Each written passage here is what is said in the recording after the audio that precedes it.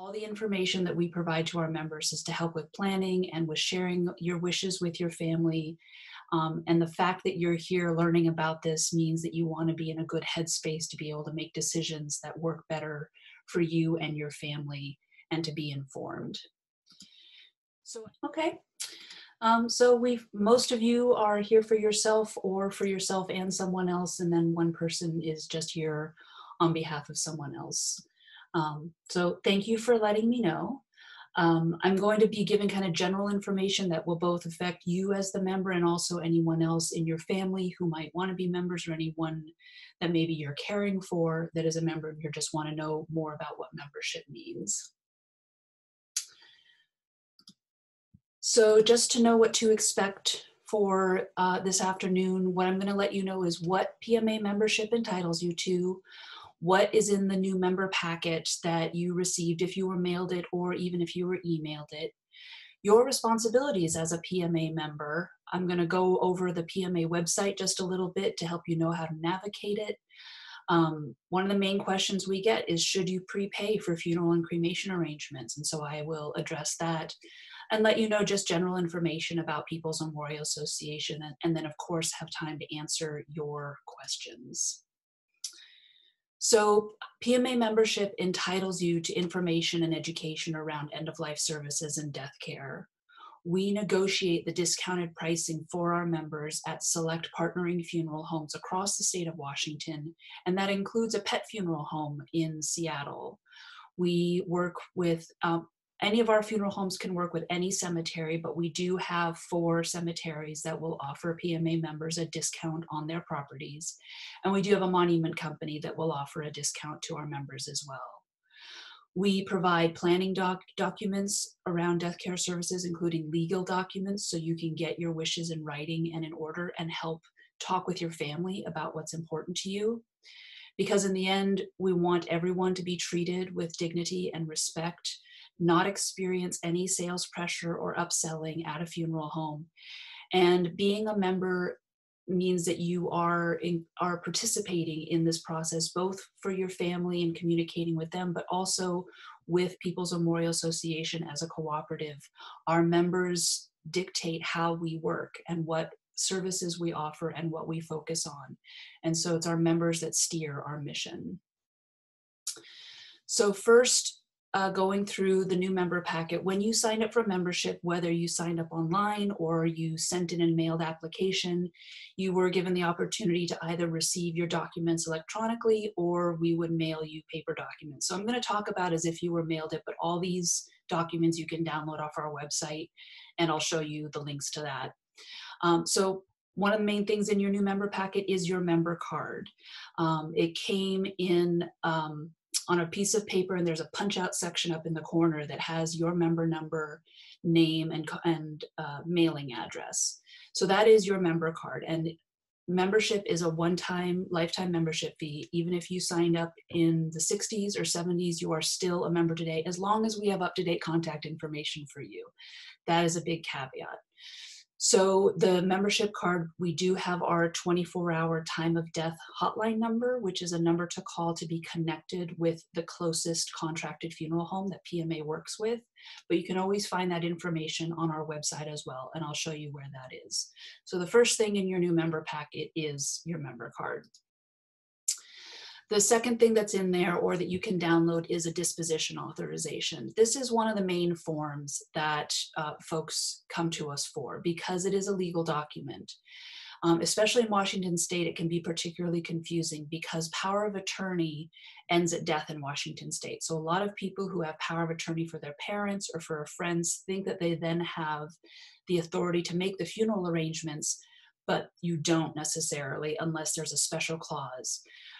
In Washington state, the hierarchy for who can authorize funeral arrangements goes, the person themselves is primary. So if you put in writing that you wish to be cremated, that you wish to be buried, aquamated, recomposed, any of the options that we have in Washington state, if you have it in writing, it's signed and witnessed, that gives the ultimate authority to the funeral home to have those arrangements made. If you don't fill out this form, then it falls to the next of kin line. So if you're married, it would be your surviving spouse. If there's no spouse, it would be a majority of adult children. And that's where things start to get sticky. If you have a lot of children, a majority need to agree and sign a form for the funeral home to authorize arrangements. So this disposition authorization is not only a legal document that you can put in writing what you want, but you can also gather more information for the funeral home that will be needed. I'm going to share a different screen right now and kind of walk you through this form a little bit more. There we go.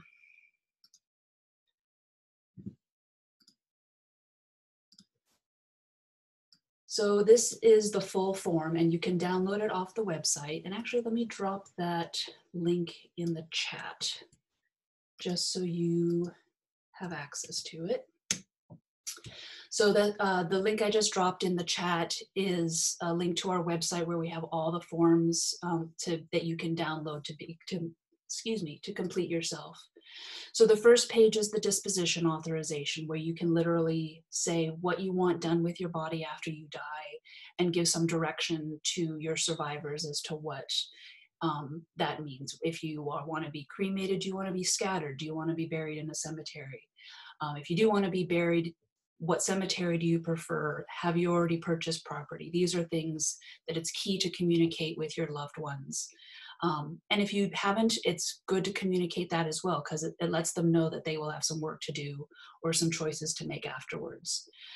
Again, the declarant is yourself. You can sign this. This cannot be signed by your power of attorney in your stead. And then it needs to be witnessed in Washington State. With the current social distancing rules, it is possible to do this through an electronic signature program. It's on our list to be able to compile this in order to be able to make that done all online and legally like that. Unfortunately, I haven't gotten to that quite yet. But we legally, currently, it needs to be signed by a witness to be valid. The next few pages helps you gather the information for the death certificate. This is all information that is asked for and the funeral director will be asking for in order to file the death certificate. So this is a good way to compile that information, especially if there's some information that maybe people don't know. Mother's maiden name is frequently a sticking point for families because it might be a name that hasn't been used in 100 years. So being able to compile it also that your family has access to that information makes things go smoother with the funeral planning process. And all the information that's on here is asked for on the death certificate.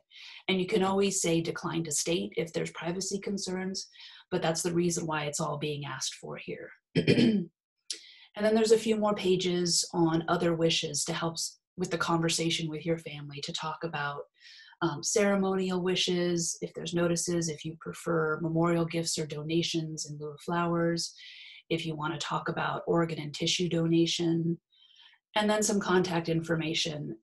Again, this isn't illegal. The contact information doesn't give legal authority to anyone. It's more of a, please contact these people in the event of my death. And it can help both the family make sure that appropriate people are notified, but also if you file this paperwork with a funeral home or with People's Memorial, we have an idea of who your next of kin is. And there's a lot more information on here, but you can download all of that off of our website if you want to update it, or if you need a new copy, you just haven't gotten to it.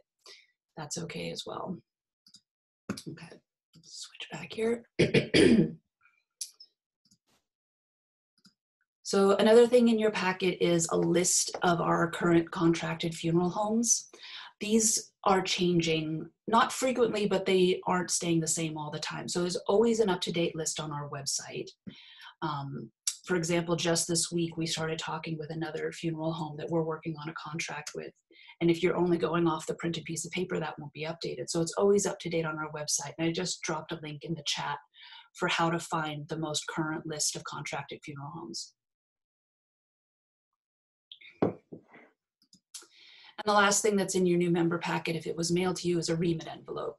This envelope is not for sending us the paperwork back. It is just a reminder that memberships do not sustain us. We do rely on gifts and contributions from our members and the community at large to help us continue doing the work that we do and providing the programming that we do. So now you're a PMA member or your loved one's a PMA member. What are the responsibilities of your membership? It's not one and done. It's not all taken care of. We want to make sure that you are informed and that you're educating your family and loved ones about this. And so your responsibility as a member is to educate yourself. Figure out what is the best option for your family. Be able to choose your own disposition and talk with your family about what that means to you. You can sign that disposition authorization with all that information, or you can let your family know what your general wishes are and leave it up to them to choose, because ultimately they're the ones surviving you. So discuss your wishes with your family. Make sure they know why you're making the choices that you are. Let them know what you've planned. If you've prepaid anything, they need to know that. It does not help your family at all to just say it's all taken care of, because most often it's not. I have yet to see a case where everything is in fact taken care of and your family doesn't have to do anything. Too often we get families calling us saying, Mom said it was all taken care of and just to call you. And we're like, great, she was a PMA member. I have no information. I don't know what she wanted. She didn't prepay for anything. She didn't let us know. And the family has to start from scratch anyway. So please inform your family or survivors what you've planned. If you have opinions, if you want to talk, please talk with them about their opinions too. And if you do prepay, please make sure they know how and where to find those funds. And it's also your responsibility to keep PMA up to date with your contact information. If you move, please let us know your new mailing address. If you change your email address, that's really the only way we communicate with our members. We need to have your email address. We don't send a whole lot of emails out unless there's an important issue that we need your help with. We try and keep our communications to about once a month unless there is something that we need your assistance with. But if we don't have your contact information, we have no way of getting in touch with you. So please let us know if you change that, or if you want to check in and make sure you've got the right information.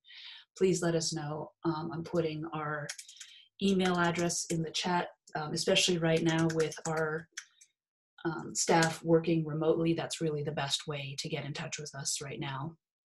And as a PMA member, you are our best ambassadors. You are our champions. Please promote and support the work of People's Memorial Association, and let your communities, friends, families, any other groups that you're a part of know what we do. We rely on word of mouth for all of our promotions and marketing, and most of the time people find us because a friend told them about us. So please promote and support our work.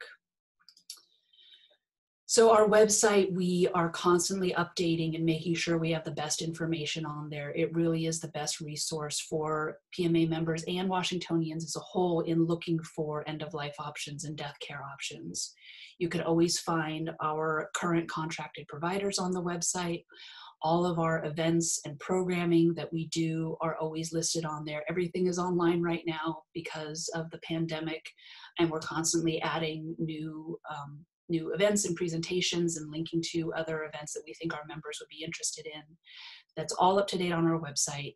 And you can download all of the planning paperwork that we have as well there.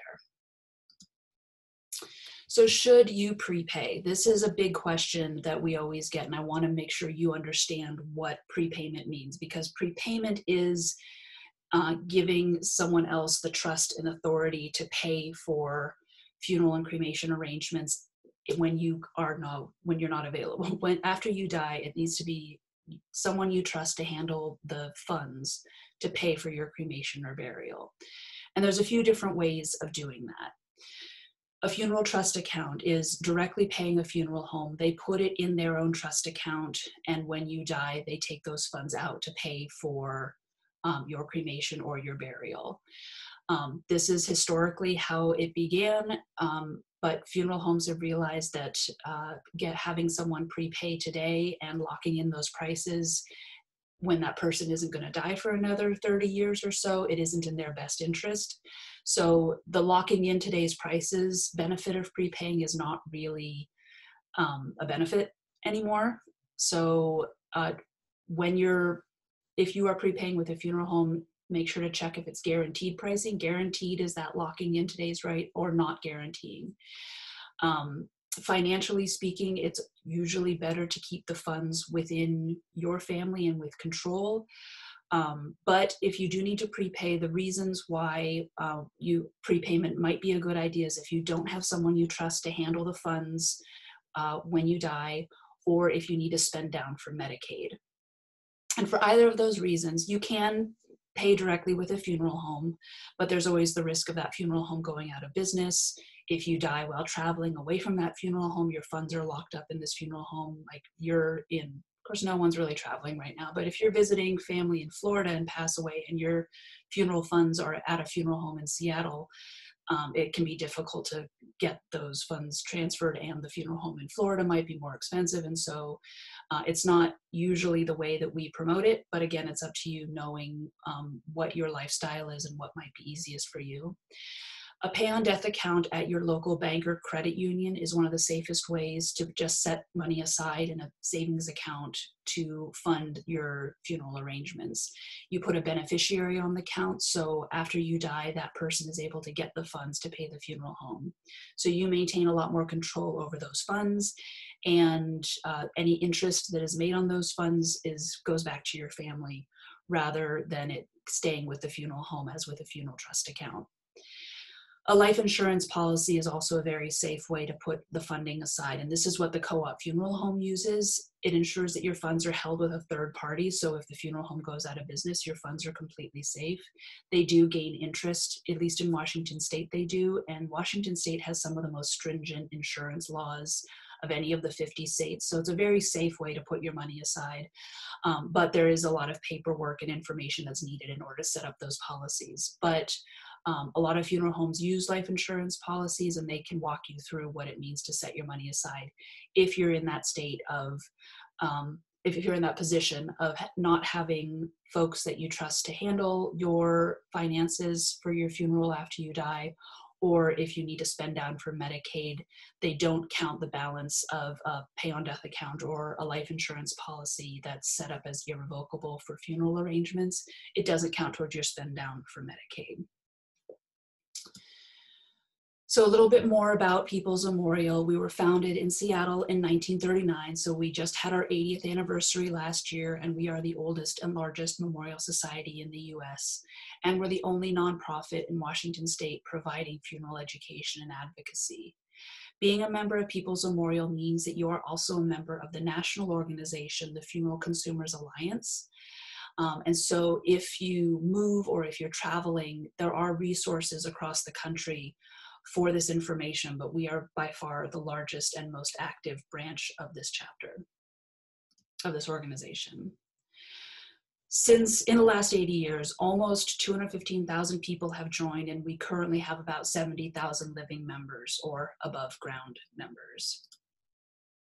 New memberships are a one-time lifetime fee of $50 per person. We have about 25 contracted funeral homes that we negotiate the costs for cremation and burial for a discounted rate for our member at those funeral homes. Those 4 contracted cemeteries I mentioned, and members are a part owner of the co-op funeral home, one of the only not-for-profit cooperative funeral homes in the country. We provide educational programs and presentations. We have a successful workshop called Got Your Ducks in a Row. We're not doing it right now because 3 hours on a Zoom webinar is a little bit too much right now. And so we are presenting them broken up as single topic programs, which is our Ducket list. So they're single topic programs around end-of-life issues such as estate planning, advance directives, funeral planning, alternative options for funerals, just information to let you decide what is best for you and your family. And we provide these planning documents to help you get your paperwork in order. We screen the funeral homes that we partner with for you, and we negotiate those price discounts for you. We want to make sure that there's no surprises when our members use any of our partnering funeral homes, and they will never experience sales pressure or upselling at our partnering funeral homes. We also support member families in need with our Cremation Assistance Fund, We have this fund set aside for our members who can't even afford a basic cremation. And so members can pay what they can, and then the funeral home can recoup anything that the family can't cover through the use of this fund. It is small, and we hope to help as many families as we can, but we do need to make sure that we are able to last the year with what is budgeted for that fund. We advocate on your behalf. We want to make sure that greener burial and cremation options are available for our members and all Washingtonians.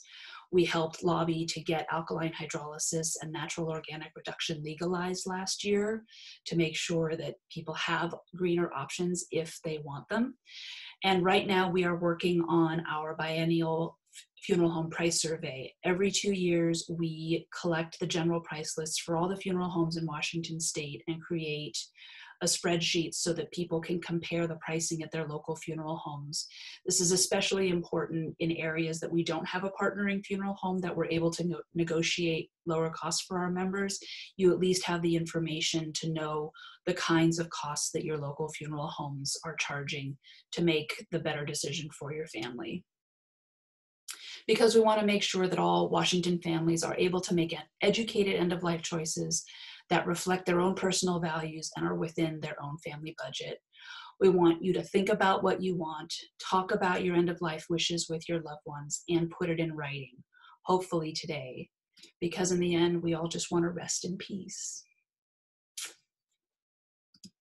And now I'd like to open things up for any questions you might have.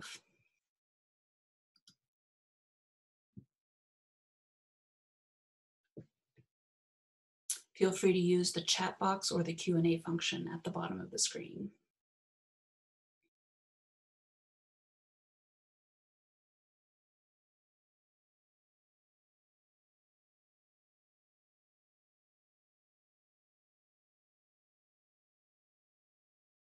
If folks are typing things or if you come up with questions later, the email address that I put in the chat is really the best way to get all your questions answered these days, the info@peoplesmemorial.org.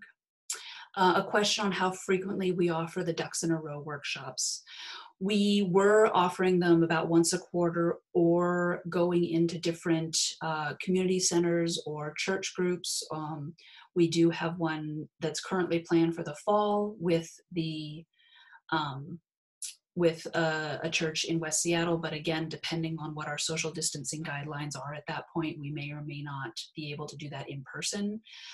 We are working on making sure that all the information that's usually done in our Ducks workshops will be kind of single topic webinars that we're working on producing throughout the summer and into the fall at this point. Can I repost the links? Yes.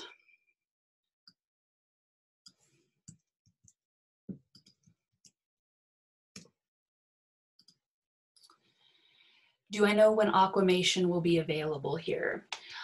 So Aqua Mayshen was legalized in May, but due to the pandemic, the one facility that I know was looking at installing the alkaline hydrolysis equipment and machine has been delayed because the equipment is made in the UK.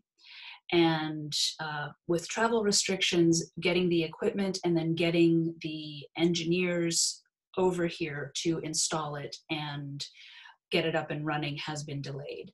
The hope is that if and when things open up this summer a little bit, that they may be able to get the machine installed and get it operational, hopefully by the end of the summer, but we really don't know at this point.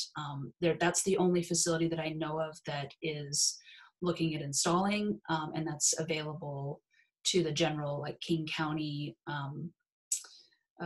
Pierce, Thurston area. It's a care facility that services this whole area. Meanwhile, we are still using a facility in Oregon where the process has been legal for quite a long time, and we can transport folks down to the Portland facility for Aqua Mayshen if people do want that. Do I need to purchase a cemetery plot in advance in a cemetery I prefer? You can, if you are very sure that there's a specific cemetery that you want to use.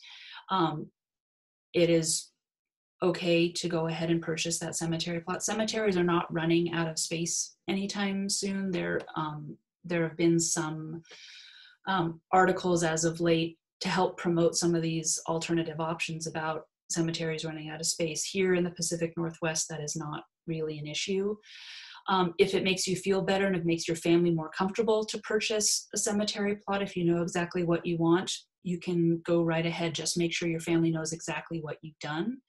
Usually when you purchase cemetery property, you are purchasing the right to be buried in that plot. So there will still be fees that your family owes even if you've bought the plot. Most cemeteries don't accept the funds for what they call opening and closing ahead of time. Your family will need to pay for that at the time. Also for markers and headstones, I believe it can be a little bit difficult to pay for those in advance. But so know that there will be more expenses that your family will need to take care of even if you do buy the plot. Hopefully that answers your question. Will you be able to keep us updated on the Urban Death Project Recompose? Yes, we're actually working on a presentation for September with Recompose so they can give us an update on where they are. The best place to actually get up-to-date information is their own website, which is recompose.life. I will put that into the chat. Because they have the most up-to-date information because they're the company that's providing it. What cemeteries in Seattle are contracted with PMA? Crown Hill Cemetery in the Crown Hill Ballard neighborhood gives PMA members a 15% discount. That's the only current funeral home that we have that agreement with, but you can use any cemetery that you want. The other ones are Moles Green Acre Cemetery up in Ferndale, Bellingham area. Herland Forest is a natural burial ground on the kind of southern Washington border. And, oh geez, what's our other one?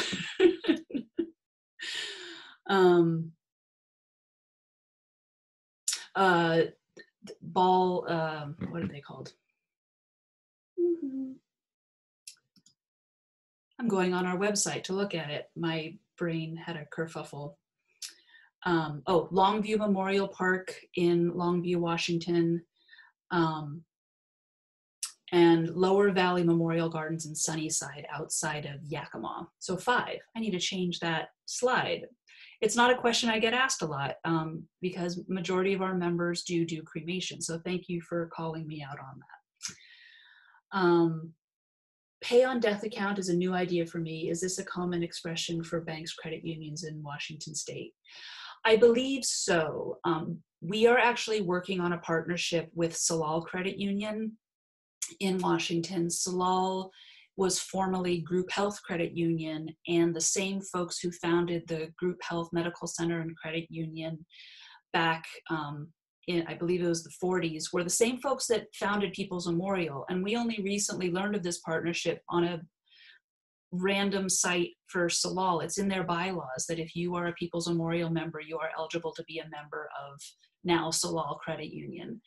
And so especially with the pandemic, when people are really thinking about end-of-life issues and planning, most banks, you need to appear in person in order to open any accounts. They need to verify your identity. So we're actually working with Salal on using the verification of PMA membership so that people can open accounts remotely. So you don't have to appear in person. You don't have to go out risking your self-exposure if you're in a group that is worried about the current, well, everyone's worried about the current pandemic, but there are certainly people that are in a riskier group than others. And so, yes, pay on death account, Totten Trust is another name that's frequently used. It is a new idea because it's not something that most banks advertise, because death is hard to get people excited about, but it's an account that it's basically a savings account that you open up and you put a beneficiary on it. So I can go open up a savings account and I put my husband as a beneficiary so that if and when I pass away, hopefully not for a very long time, he can just grab those funds and move out. We have joint checking accounts, so that's not a very good example. Most frequently it's for a person to maybe put their child on, or a local friend or family member, just so someone has access to those funds without having to go through probate or getting accounts reassigned in order to get those funds to the funeral home.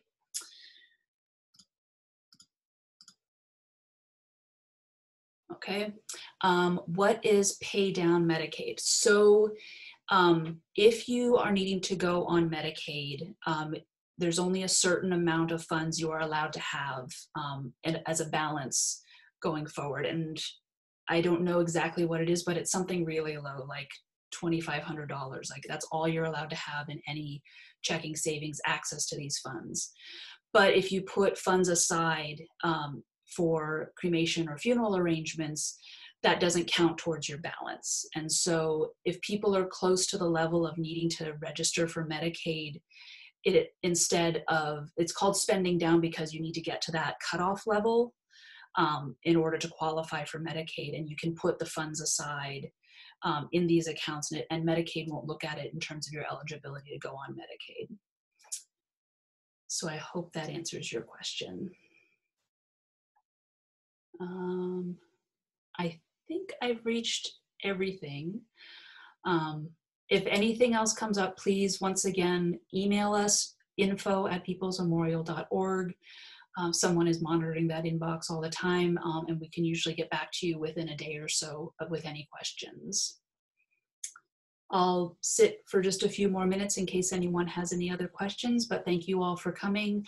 This will be a regular webinar that we do probably on a quarterly basis, so that if you have friends or family that are interested in learning more about it, please send them our way. Every time we schedule it, it will be on our events page on our website. And then we'll also, of course, promote it on Facebook and Instagram and our social media and all of that. Make sure that you are registered for our e-newsletter. If you are a new member, we automatically register for that. But if you have a different email address, some people have a special email address that they register for all their newsletters. You can do that on our website. And I'll go ahead and drop a link in there.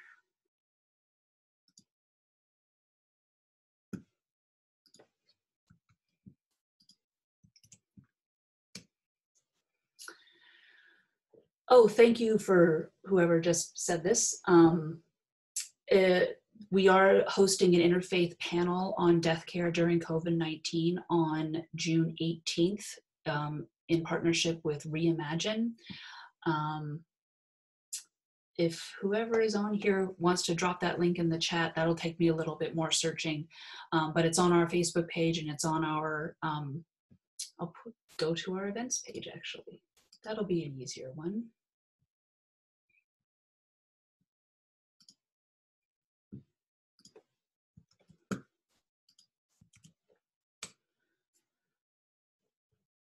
So we are partnering with a few different faith leaders to talk about death care and how it's been affected during COVID-19. Is there a ballpark amount for the savings account if you already have a plot paid for? So it really depends. For burial, the costs can be very wide-ranging, depending on what kind of services you want to have. Right now, things are opening up a little bit, but minimal funeral services are all we've been able to do for the last few months. Depending on where you're being buried, some of the cemeteries weren't even allowing folks to come for a graveside service. There hasn't been any public viewings or visitations or church services to speak of during this time. So a ballpark amount for a savings account, I would have to say a couple $1,000s, because you have the funeral home charges, which is picking up from place of death, filing the legal paperwork. If you want to be embalmed, the casket, any services will be on the funeral home side. And for People's Memorial members, depending on the services you want, it can range from about $1,800 up to about $3,500 just on the funeral home side of things. And then the cemetery costs, depending on the cemetery, those are so wide ranging. The additional costs you have to think about are the opening and closing, basically digging up the grave and then filling it back in, the perpetual care, if the cemetery requires a liner or a vault which is an outer burial container that the casket goes in before the dirt is filled in so the ground doesn't sink. And then also the marker or headstone. So you need to take into consideration all of those costs. And so you will get better information about the cemetery costs directly from the cemetery, and that can be so wide ranging. If you have a cemetery in mind, I'd contact them directly to see what their costs are, at least right now. And then putting it in a savings account hopefully will keep up with inflation, putting a little bit extra in there, and then whatever's left over can go back to your family. Okay, I think I've caught all the questions. Thank you so much for being here this afternoon. Again, if anything else comes up, info@peoplesmemorial.org is the best way to get your questions answered these days. Everyone stay safe, stay healthy, and take care of each other.